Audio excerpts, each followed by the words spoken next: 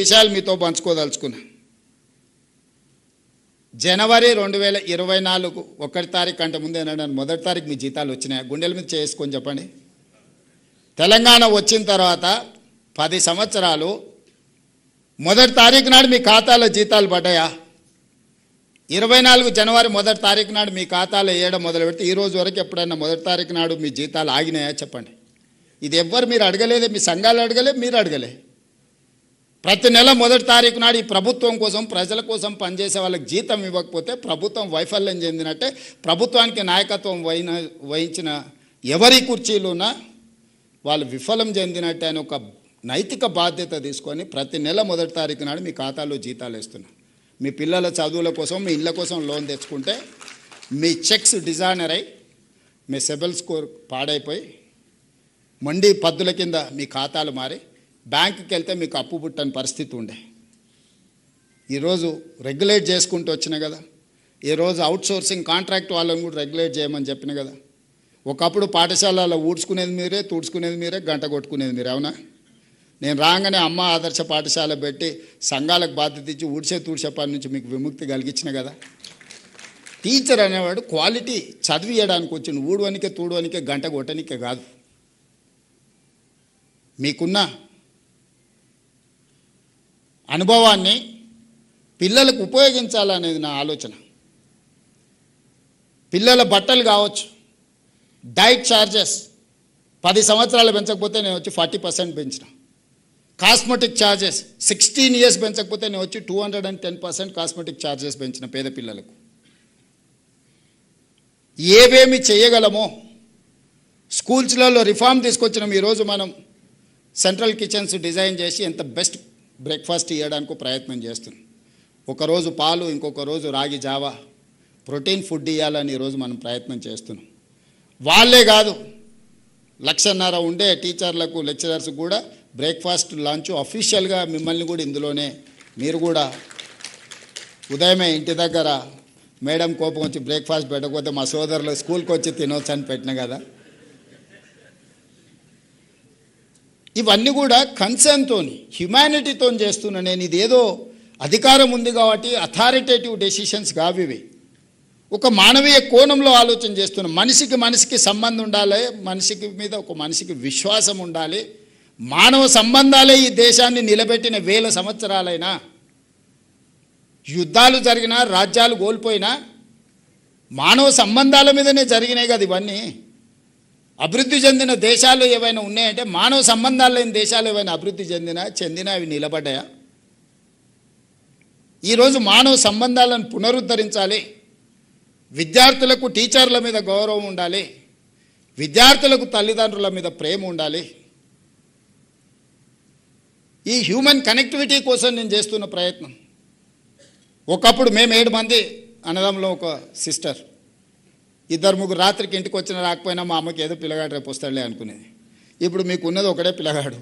వాడు 5 నిమిషాలు రాకపోతే మీరు ఎంత హైరాణ పడుతున్నారో మీరు చూస్తలేరా? 2 పిల్లలు రేర్.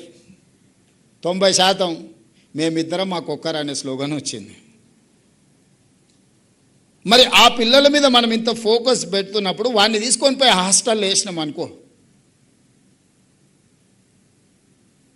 హాస్టల్లో పిల్లల్ని జమ చేసిన తర్వాత ఇంట్లో చిన్న చిన్న సమస్యలు కూడా భార్యాభర్తల మధ్యలో మనస్పర్ధలు తీసుకొస్తాయి. పిల్లలు ఉంటే kids and pets are stress busters. పిల్లలు మానసికంగా మనల్ని ఉత్తేజపరుస్తారు. పిల్లలు ఉండడం వల్ల భార్యాభర్తల మధ్యలో కీచులాటలు తక్కువ ఉంటాయి. ఇంటి ఆయన కూడా సాయంత్రం తొందరగా ఇంటికి వస్తాడు.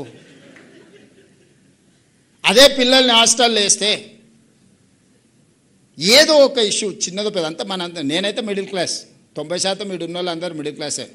సూపర్ రిచ్ ఉన్న వాళ్ళ కిడ్స్, పేరెంట్స్ గురించి నాకు తెలియదు. కానీ మిడిల్ క్లాస్లో ఏముంటుంది మనకి? ఇంటికి వస్తే ఏదో చిన్నది టీవీ ఆన్ చేయలేదనో, ఆన్ చేసిరానో, ఏదో అడుగు ఇచ్చిరానో, ఇయ్యలేదనో, అక్కలు ఈటీవో మాటీవో అని అంటే మనం ఏదో స్పోర్ట్స్ పెట్టమనో లేకపోతే సినిమా పెట్టమనో ఇంతనే చెప్పారు. భార్యాభర్తల మధ్యలో 90% ఇవే ఉంటాయి. మీరు చూడండి, మీరు ఇంటికి పోయి రాసుకోండి ఒక నెల మొత్తం ఎందుకు కొట్లాడారు. ఇంతమించి ఏముంటుంది? ఏమో మనకేమో 100 ఎకరాల భూములు ఉన్నాయి, దాన ధర్మాలు చేస్తున్న దాని మీద కొట్లాడతామా? లేకపోతే వజ్రాలు ఉంటే రోడ్డు మీద ఇసిరేస్తున్నాం అని కొట్లాడుకుంటే ఏముంటుంది? ఇవాళ మనం ఏదో చికెన్ వండమంటే లేదు వంకాయ వండుతా సర్దుకో అంటుంది. నేనేదో చికెన్ తినాలంటే ఆదివారం నువ్వు వంకాయ వండుతా అంటావు అంటే ఆమె అంటే కోడి లేదు పోయి తేవాలంటే కష్టం, ఇంట్లో వంకాయ వండి పెడతా అంటుంది. ఇదే పెద్ద సమస్యకు దారితీస్తుంది. ఇవన్నీ కూడా మధ్యతరగతిలో ఉండే చిన్న చిన్న ఈ సమయంలో పిల్లలు మనతో ఉంటే వీటన్నిటిని కూడా తగ్గించుకోవచ్చు. అందుకే నేను ఉదయం బ్రేక్ఫాస్ట్, మధ్యాహ్నం లంచ్ పెట్టి పిల్లల్ని సాయంత్రం ఇంటికి పోతే పేరెంట్స్తో ఉంటే ఒక హ్యూమన్ టచ్ ఉంటుంది, మానవ సంబంధాలు ఉంటాయి. తల్లిదండ్రుల పట్ల పిల్లలకు ప్రేమ ఉంటుంది. మా అమ్మ నా కోసం కష్టపడుతుంది, నేను సాయంత్రం ఇంటికి వచ్చే లోపల రొట్టె చేసి పెట్టిందో లేకపోతే మిరపకాయ బజ్జీ చేసి పెట్టిందో అని వాడికి ఒక అటాచ్మెంట్ ఉంటుంది. హోటల్లో తింటూ మోటార్లో వండుకుంటామంటే ఏముంటుంది, మెకానికల్ లైఫ్. నేను ఆ మధ్యలో ఎప్పుడో నవ్వుకుంటా చెప్పిన పాసింగ్ రిమార్క్ కింద, చిన్నగా ఉన్నప్పుడు పిల్లల్ని మనం హాస్టల్లో చేరుస్తే వాళ్ళు పెద్దగా అయినాక మనల్ని ఓల్డ్ ఏజ్ హోమ్లో వాళ్ళు చేస్తారు. ఇంకెక్కడుంది మానవ సంబంధాలు? చదువు పేరు మీదనో లేకపోతే ఆర్థిక పరిస్థితుల్లో పిల్లల్ని తీసుకొని పోయి మనం హాస్టల్లో పెడుతున్నాం. వాడు ఒంటరిగా బతికేది అలవాటు అయ్యి దోస్తులతో తిరిగేది అలవాటు అయినాక ఇంట్లో తల్లిదండ్రులు ఉంటే వానికి విసుగు వస్తుంది. ఏంది పొద్దుపోంది వీళ్ళని తీసుకొని పోయి ఓల్డ్ ఏజ్ హోమ్ లేపో అంటున్నాం. సమాజంలో మానవ సంబంధాలు విచ్ఛిన్నమైన తర్వాత ఏ దేశము బలంగా ఉండదు, ఏ కుటుంబము బలంగా ఉండదు. పిల్లలే మన సంపద. ఒకప్పుడు పిల్లలు ఎక్కువ ఉంటే బరువు అనేటోళ్ళు, ఖర్చు అనేటోళ్ళు. ఇప్పుడు పిల్లలు లేని సమాజం అభివృద్ధి లేని దేశాలుగా మారుతూనే మనం చూస్తున్నాం. ఆ పిల్లల బాధ్యతనే తల్లిదండ్రులు ఎంత తీసుకుంటుర్రో. నేను ఎందుకు ఇవి చెప్తున్నా అంటే తల్లిదండ్రుల దగ్గర కూడా ఉండట్లేదు. 90% ఆ పిల్లలు మీతో ఉంటున్నారు. ఇక మీరే పేరెంట్స్గా బిహేవ్ చేయాలి, మీరే ఎల్డర్లీ పర్సన్స్గా వాళ్ళని బిహేవ్ చేయాలి, వాళ్ళకి నేర్పాలి. వాళ్ళు ఇంటి నుంచి స్కూల్కి వచ్చి స్కూల్ నుంచి ఇంటికి పోతే ఒక పర్యవేక్షణ ఉంటుంది, లేకపోతే తల్లిదండ్రులతో ఉన్నామనే ఒక నమ్మకం ఉంటుంది. అట్లా కాకుండా పూర్తి సమయం ఇక్కడనే ఉంటే హాలిడేస్ వచ్చినప్పుడు ఎప్పుడో తప్ప మిగతా సమయం అంతా ఆ పిల్లలు మీ దగ్గరనే ఉంటారు. మరి దేశ భవిష్యత్తు మీ చేతుల్లో, తరగతి గదుల్లో ఉందంటే అది టీచర్ల చేతుల్లో ఉన్నట్టే కదా. ఈ దేశ భవిష్యత్తునే మీ చేతుల్లో పెడుతున్నాం. ఖర్చు పెట్టడానికి నాకు అభ్యంతరం లేదు. ఇంకెక్కడైనా దుబారా ఉంటే నేను తగ్గిస్తా. అవసరమైతే అందిన కాడల్లో తీసుకొచ్చైనా విద్యాశాఖ మీద నేను ఖర్చు పెడతా. మీరు ఏం కావాలో పిల్లల కోసం అడగండి, ఇవ్వకపోతే చూడండి. నా సూచన ఒక్కటే, సంఘాల నుంచి టీచర్ల వరకు 5 ఏళ్ళు పిల్లల కోసం ఆలోచన చేయండి. వాళ్ళకి ఏం కావాలో మౌలిక వసతుల నుంచి చాలా రిఫార్మ్స్ ఉన్నాయి. నేను స్టెప్ బై స్టెప్ చెప్తా. ఇప్పుడే చెప్తే ఇంత మంచి కార్యక్రమం, మీడియా పరంగా వివాదాలు, రకరకాల ఆలోచనలు, వాటి చర్చకు దారి తీయదలుచుకోలే. నేను మిమ్మల్ని అడుగుతున్నా, ఒకప్పుడు రవాణా వసతులు లేనప్పుడు, ఊర్లో నుంచి బయటికి రాలేనప్పుడు, సమస్యలు ఉన్నప్పుడు సింగిల్ టీచర్లు అక్కడ పెట్టినాం. ఇవాళ క్లాస్లో 3 పిల్లలు ఉన్నారు, ఆ ఊర్లో 5 మంది టీచర్లు. నల్గొండలో 9 మంది టీచర్లు ఉన్నారు, 0 పిల్లలు ఉన్నారు 6-7 ఏళ్ళ నుంచి. ట్రాన్స్ఫర్ చేస్తా అంటే ఆ టీచర్ రోడ్డు మీద వచ్చి రాస్తారు ఒక చేసారు, మాకు ఇన్నే బాగుంది సార్, ఇన్నే ఉంటామని. ఎట్లా ఇది? ఎట్లా మీరు చెప్పండి, మీరే పరిష్కారం చెప్పండి. నేనేమంటున్నా అంటే మీ మండలాన్ని మీరు యాజ్ ఎ యూనిట్ తీసుకోండి. మీరు ఎక్కడ పనిచేస్తే అక్కడ మీ మండలాన్ని ఒక యూనిట్ తీసుకోండి. Best of the best education ఇవ్వడానికి ఏం కావాలో మీరే ప్రణాళికలు ఇవ్వండి. మీకంటే ఎవరు ఉన్నారు అవగాహన ఉన్నోళ్ళు? మీకంటే తెలుగుకల్లోళ్ళు ఎవరు ఉన్నారు? మీకంటే నేను నమ్మడానికి నాకెవరు ఉన్నారు? మీరే కదా. మీరు చెప్పండి మీ మండలానికి ఏం కావాలి. మీ మండలంలో ఉండే ప్రతి పిల్లవాడు ప్రభుత్వ పాఠశాలకు రావాలి, వాడు ప్రయోజకుడు కావాలి. వాడికి ఏం కావాలో మీరు ఈచ్ మండల్ మీరు ఒక కార్యాచరణ ఇవ్వండి. అదే మేనిఫెస్టో. What is manifesto? ఈడ కూర్చొని నేనెందుకు, కింద నుంచి మీరు ఇవ్వండి. పైనుంచి నేను ఇచ్చే విధానం ఈ 70 ఏళ్ళు జరిగింది. ఇప్పుడు మార్చండి దీన్ని. 5 ఏళ్ళు మీరు ఇవ్వండి. నెక్స్ట్ అకాడమీకి ఏం కావాలనో డిసెంబర్ లోపల నాకు సబ్మిట్ చేయండి మండల్ వైజ్. క్లాస్లో 30 మంది, ఇప్పుడు మీరు ఇంతమంది ఉన్నారు కాబట్టి నేను మాట్లాడగలుగుతున్నా ఎఫెక్టివ్గా. నాకు కూడా ఒక కాన్ఫిడెన్స్ ఉంది. ముందర మీరు ఎవ్వరు లేరు, వేదిక మీద నేను 5 ఉండడానికి ఎవరిని చూసి మాట్లాడాలి నేను? మీరు కూడా క్లాస్లో 30 మంది పిల్లలు ఉంటే చెప్పే చదువు వేరు, 3 పిల్లలు ఉంటే మీరు చెప్పే చదువు వేరు.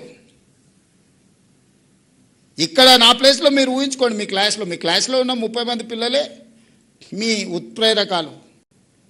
మిమ్మల్ని ఉత్తేజపరిస్తే మీరు చెప్పేటప్పుడు ఆ పిల్లల ఫేసులో అర్థమయ్యేదాన్ని బట్టి మీకు ఒక మోటివేషన్ ఉంటుంది. ఒక్కరు ఇద్దరు ముగ్గురు పిల్లలు 5 క్లాసులు ఉంటే ఒకటే టీచర్ 5 క్లాసుల పిల్లల్ని ఒక రూమ్లో ఎట్లా చెప్పాలి? మీరే చెప్పండి. మీ ప్రాక్టికల్ ప్రాబ్లం కదా. ఒక సింగిల్ రూమ్ ఉంటుంది, 1 నుంచి 5వ తరగతి వరకు ఉంటుంది, టీచర్ ఒక్కడే ఉంటాడు. 1వ తరగతి ఆడే కూర్చున్నాయి, 2, 3, 4, 5 ఆడనే కూర్చుని ఎవరికి చదువు చెప్పాలి, ఎవరికి వినిపించాలి, ఏం చెప్పాలి? మీరు వాళ్ళని రూమ్లో కూర్చోబెట్టి కట్టితో 2 దెబ్బలేసే వరకే సాయంత్రం అయింది. అందుకోసమని ఒక మండలిని ఒక క్లస్టర్గా తీసుకోండి. నేను మా ఎడ్యుకేషన్ సెక్రటరీ గారికి నికోలస్కి నేను ఆదేశాలు ఇస్తున్నా. ప్రతి మండలం నుంచి టీచర్లను ఎంపవర్ చేయండి. ఆ మండలానికి బెస్ట్ ఎడ్యుకేషన్ ఇవ్వడానికి ఏం కావాలనో టీచర్ల నుంచే మీరు ప్రతిపాదనలు తీసుకోండి. డిసెంబర్ లోపల మీరు అన్ని దగ్గరలోకి వెళ్ళి మండలాలలో వాళ్ళు ఏం ప్రక్షాళన కోరుకుంటున్నారు, ఏం వెసులుబాటు కోరుకుంటున్నారు, ఏం ఇన్ఫ్రాస్ట్రక్చర్ కోరుకుంటుండ్రో డిజైన్ చేయండి. వచ్చే అకాడమిక్ ఇయర్లో అదే ఇంప్లిమెంట్ చేద్దాం. డిసెంబర్లో నాకు వస్తే నాకు ప్రణాళికలు వేసుకోవడానికి ఉంటుంది, అమలు చేయడానికి ఉంటుంది. మీరు ఆలోచన చేసుకోవడానికి ఇక్కడి నుంచి 4 నెలల సమయం ఉంది, 120 రోజులు ఉంది మీకు. మీ మండలంలో ఏం చేస్తే, ఏ రకమైన విద్యను అందిస్తే, ఏ రకమైన మౌలిక వసతులను అందిస్తే బెస్ట్గా మీరు పర్ఫామ్ చేయగలుగుతారు, బెస్ట్ రిజల్ట్ తీసుకొస్తారు, మీరు నిర్ణయించుకోండి. మీకేం కావాలనో చేసే బాధ్యత నాది. నన్ను అడగండి, ఇది నేను ఇట్లా చేస్తే అట్లా చేస్తే దాన్ని ఎట్లా చేయాలనేది వదిలేసేయండి. మీరే చెప్పండి. మీరు చెప్పింది నేనంటే 5 సంవత్సరాలు మీరు ఇచ్చిన సూచనలు mandal wise as a cluster, ఆ మండలంకి ఏం కావాలో మండలం ఉండే టీచర్లు అందరూ కూర్చోండి. ఎన్ని స్కూళ్ళు ఉన్నాయి, ఎంతమంది పిల్లలు ఉన్నారు, ఎంతమంది టీచర్లు, మీకు కూడా ఒక దగ్గర నుంచి ఒక రిమోట్ ఏరియాకి ట్రావెల్ చేయడానికి